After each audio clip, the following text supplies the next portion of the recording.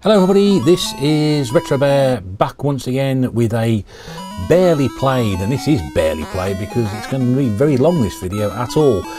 You are watching the adventures of Barry Smurf on the Atari 2600 and the quest to find his girlfriend who's gone wandering off, as they always tend to do.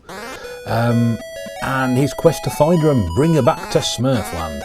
Yes, this is a game which gave me a lot of enjoyment, I would say, and a lot of frustration years and years ago when we first had it. It was one of the very first games we had for our Atari 2600. In fact, I do remember my sister playing this an awful lot, and the music used to drive my dear old late mum absolutely around the bend, which I'm pretty sure it would do to any person with any semblance of hearing. And it's a very, very simple jumping and bouncing game to get to the end of the level, and there she is. You found her once again until you wake up the next morning and she's buggered off.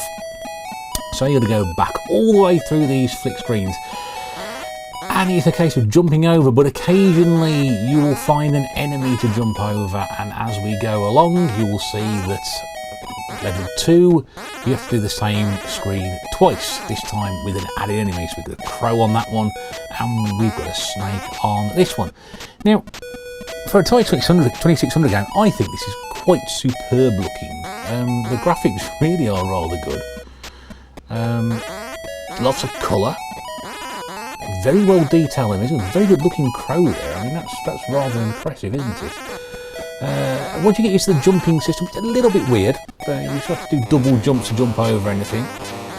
But as we will see, it captures a real spirit in this game. It's very, very basic, very, very simple. Obviously, we're talking very, very early 1980s stuff here. But there's a lot of thought and imagination gone into this. And as you will see as we go on, things will change and dramatically get more and more difficult and more insane, as these games tended to do.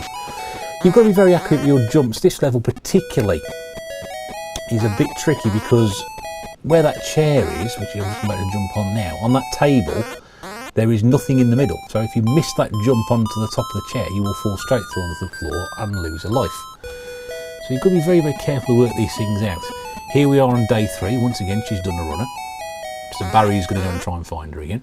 And you can see we've got a crow, but he's now increased in speed. So obviously he's rather annoyed that this Smurf keeps coming into his forest and jumping over his fence. So he's going to get more and more annoyed. At the top of the screen you can see there's a score, which is 14,800, and there's a number of lives there. The little red bar at the top incidentally ticks down. That's the time you've got to complete level. And if you do manage to touch an enemy or fall over, as I've just illustrated there, then you will lose a life. It's all rather good. So now we're on day 3, you've got to complete this 3 times. You can see, yeah, not quite.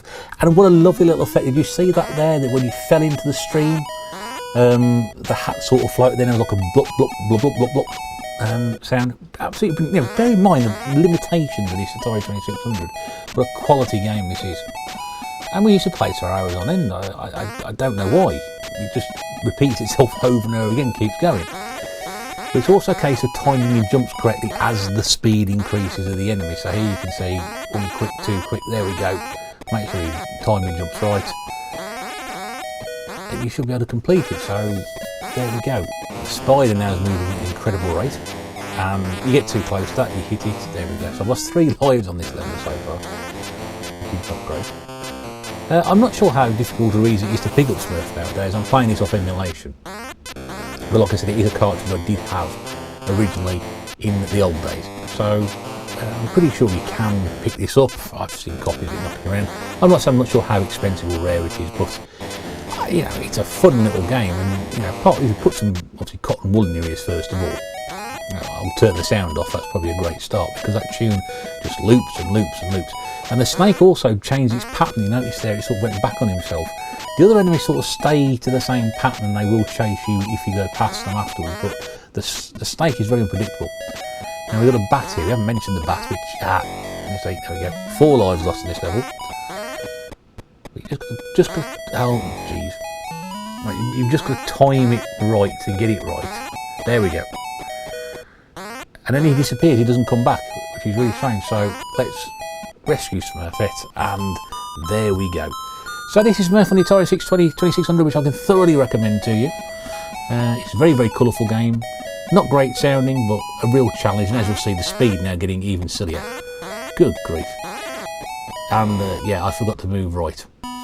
And that's the end of the game. There we go. That's Barely Played. If you have enjoyed this, don't forget to like, subscribe, comment and tick that bell for further video notifications. Until then, this is the Retro Bear from the Enchanted Forest on behalf of Barry Smurf saying toodaloo for now.